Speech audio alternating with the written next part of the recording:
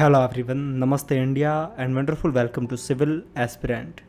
आई hope आप सब लोग काफ़ी बेहतरीन होंगे अपने घर पे। दोस्तों, मैंने भी एक आपको वीडियो बना के दिया था यूपीएससी के रिजल्ट के तुरंत बाद, जिसके अंदर मैंने आपको टॉपर्स की मार्कशीट के बारे में जिक्र किया था। साथ में एक वीडियो मैंने आपको बना के दिया था उन एस्पिरेंट की मार्कशीट को लेकर जिनका यूपीएससी में सिलेक्शन नहीं हुआ। दोस्तों, उसके बीच में मैंने आपको 2 मार्कशीटें और दिखाई थी। मैं इस वीडियो के अंदर उन दोनों मार्कशीटों के ऊपर एक आपको डिटेल में वीडियो बना के दे रहा हूँ। इसके ऊपर मैंने आपको शॉर्ट में उस वीडियो के अंदर जिक्र किया था, लेकिन उसके अंदर मैं आपको डिटेल में नहीं बता पाया था। इस वीडियो के अंदर हम थोड़ा बारीकी से समझेंगे आखिरकार एस्पिरेंट ऐसी क्या गलती कर रहा है कि वो एस्पिरेंट लास्ट में जाकर उसको खामियाजा भुगतना पड़ता है।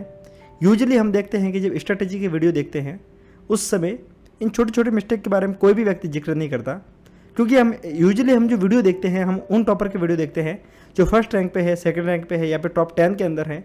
हम लास्ट वाला एस्पिरेंट की कभी उन वीडियो को देखते नहीं हैं जो कि इन छोटे छोटे मिस्टेक को बताते हैं। सो इस वीडियो के अंदर हम उन्हीं के बारे में बात करेंगे।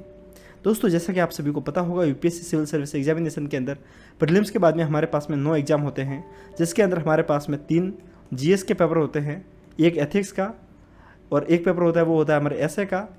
2 पेपर होंगे वो होंगे हमारे ऑप्शनल के, साथ में 2 पेपर जो होते हैं वो होते हैं हमारे लैंग्वेज के।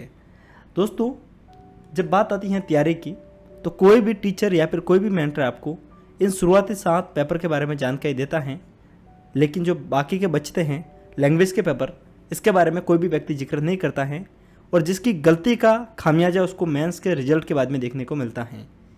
ऐसी क्या गलती हैं दोस्तों? जो प्रीलिम्स के अंदर, जो मेंस के अंदर जो पेपर होते हैं लैंग्वेज में, उनके जो मार्क्स होते हैं वो होते हैं 300, लेकिन यूपीएससी के अनुसार इसके अंदर आपको 25% मिनिमम क्वालिफाइंग नंबर लाने रहते हैं। 300 का 25% यानी कि 75 नंबर। अगर आप 75 नंबर नहीं लाते हैं तो आप इस एग्ज़ाम में फेल कर जाएंगे। और यूपीएससी का रूल है कि अगर आप लैंग्वेज के पेपर के अंदर आप फेल हो जाते हैं तो आपकी बाकी कॉपियाँ भी चेक नहीं होगी, आपके बाकी के जो एग्ज़ाम है जीएस के वो भी चेक नहीं होंगे। सो दोस्तों, अगर आपको लगता है कि लैंग्वेज के पेपर आपके लिए यूज़फुल नहीं है, आप इनको नहीं पढ़ेंगे तो भी आपका काम हो जाएगा, तो ये आपके सबसे बड़ा भ्रम है। मैं आपको 2 मार्कशीटें दिखाऊंगा। कारण ये है कि ये 1-2 मार्कशीट आप सोच रहे होंगे किसी 1-2 के साथ में हुआ होगा। दोस्तों, हर व्यक्ति इन सब के बारे में खुल के बात नहीं कर पाता। मैं धन्यवाद देना चाहूँगा इन गौरव यादव सर का, जिन्होंने भी इस मार्कशीट को हमारे सामने लाया है।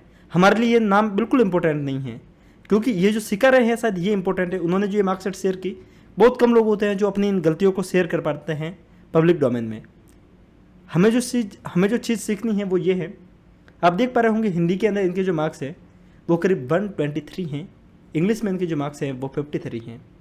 ये इंग्लिश के अंदर फेल करके। दोस्तों, हो सकता है शायद ये हिंदी माध्यम से हो, और ये भी हो सकता है ये इंग्लिश माध्यम से हो। इंग्लिश माध्यम से तो शायद ये मिस्टेक देखने को नहीं मिलेगी, लेकिन हिंदी माध्यम से है तभी ये मिस्टेक देखने को मिल रही है। इन्होंने हिंदी के अंदर शायद इनको हिंदी का नॉलेज इसके कारण कर लिया, और अक्सर ये देखा जाता है कि हिंदी माध्यम के एस्पिरेंट इंग्लिश के अंदर बिल्कुल कमज़ोर होते हैं, तो वो इंग्लिश के अंदर ये गलती कर बैठते हैं। दोस्तों, अगर आप यूपीएससी के लिए तैयारी कर रहे हैं तो इन छोटे छोटे मिस्टेक से अगर आप बचेंगे नहीं तो आपको लास्ट अटेम्प्ट तक जाते जाते भी आपको रिग्रेट फील होगा। अब बात रहती है क्या इनके लिए आपको सेपरेटली तैयारी करने की ज़रूरत है? तो दोस्तों, इसके ऊपर हम बाद में बात करेंगे, लेकिन उससे पहले एक मार्कशीट आपको और दिखाना चाहूँगा। जो मैंने अभी मार्कशीट दिखाई थी वो 2021 की थी, लेकिन ये जो मार्कशीट है ये 2020 की हैं। मुझे कोई नई मार्कशीट भी मिली नहीं, क्योंकि हर व्यक्ति इसके बारे में खुल के जिक्र नहीं करता है, क्योंकि जब व्यक्ति का मेंस में सिलेक्शन नहीं होता तो वो काफ़ी दुखी हो जाता है। उसके बाद में इन छोटी छोटी चीज़ों को वो शेयर नहीं करता है। ये 2020 के रिजल्ट के बाद में मार्कशीट आई थी। मैंने आपको इसके बारे में उस समय जिक्र किया था, लेकिन उस समय भी काफ़ी लोगों ने इसको हल्के में लिया था। दोस्तों, हिंदी के अंदर इनके मार्क्स देखिए 58 है और इंग्लिश में इनके 121 है। उम्मीद कर सकते हैं कि ये व्यक्ति या तो शायद इंग्लिश मीडियम से है या फिर ऐसे रीजन से बिलोंग करता है जहाँ पर हिंदी कम बोली जाती है, यानी कि साउथ इंडिया या फिर नॉर्थ ईस्ट। दोस्तों, एस्पिरेंट सोचता है कि हिंदी है हम लिख लेंगे, लेकिन दोस्तों हिंदी एक ऐसी लैंग्वेज है जो बड़े बड़ों के एकड़ी बात निकाल सकती हैं। हिंदी को आप इजीली मत लीजिएगा। हिंदी एक ऐसा सब्जेक्ट है जिसको आप बारीकी से अगर समझने जाएंगे तो कोई भी व्यक्ति तरीके से शुद्ध हिंदी नहीं लिख पाएगा। हिंदी एक ऐसे सब्जेक्ट है, लेकिन मैं आपको यूपीएससी के परस्पेक्टिव में ये नहीं कहूँगा कि आपको इतनी बारीक हिंदी को समझना है, लेकिन आपको क्वालिफाइंग हिंदी को समझने के लिए कुछ एक बुकों को जरूर पढ़ना चाहिए। सो दोस्तों, इन छोटी छोटी गलतियों से आप बचेंगे तो आपको काफ़ी ज़्यादा हेल्प होगी लास्ट में जाते जाते। बाकी भविष्य आपका है, फैसला आपका है। अगर आप ये सोचते हैं कि आप 7 एग्जाम के अंदर ध्यान से पढ़ेंगे, 2 के अंदर 2 रात पढ़कर आप सोचते हैं कि आपका क्वालिफाइंग पेपर निकल जाएगा, तो शायद हो सकता है कि आपके 7 पेपर के अंदर की गई मेहनत इन 2 पेपर के कारण धरी की धरी रह जाए। अक्सर बड़े बड़े मुकाम की तरफ जाते वक्त एस्पिरेंट छोटी छोटी गलतियों को करता है और काफ़ी बड़ी गलती कर बैठता है। मैंने आपको पहले भी एक वीडियो बना के दिया था जिसके अंदर मैंने आपको जिक्र किया था यूपीएससी के एस्पिरेंट के द्वारा कुछ ऐसी मिस्टेक की जाती है मेंस के अंदर जिसके द्वारा उनको पेनल्टी मार्क्स मिलते हैं। मैं दोस्तों आपसे रिक्वेस्ट करूंगा उस वीडियो को डेफिनेटली देखिएगा। कारण ये है कि उसके अंदर जो छोटी छोटी मिस्टेक मैंने आपको बताई हैं जिसके कारण लोगों के 35 नंबर तक कटे हैं, 20 नंबर तक कटे हैं, मैंने आपको इन सब के बारे में डिटेल में जानकारी दी थी। दोस्तों मेंस के अंदर 35 नंबर समझ रहे हैं, आपको कम से कम 25 से 30 रैंक का आपको फासला कर सकती हैं। आप मान नहीं सकते 35 नंबर एक एस्पिरेंट के जब कटे तो वो फाइनल रिजल्ट से बाहर हो गया।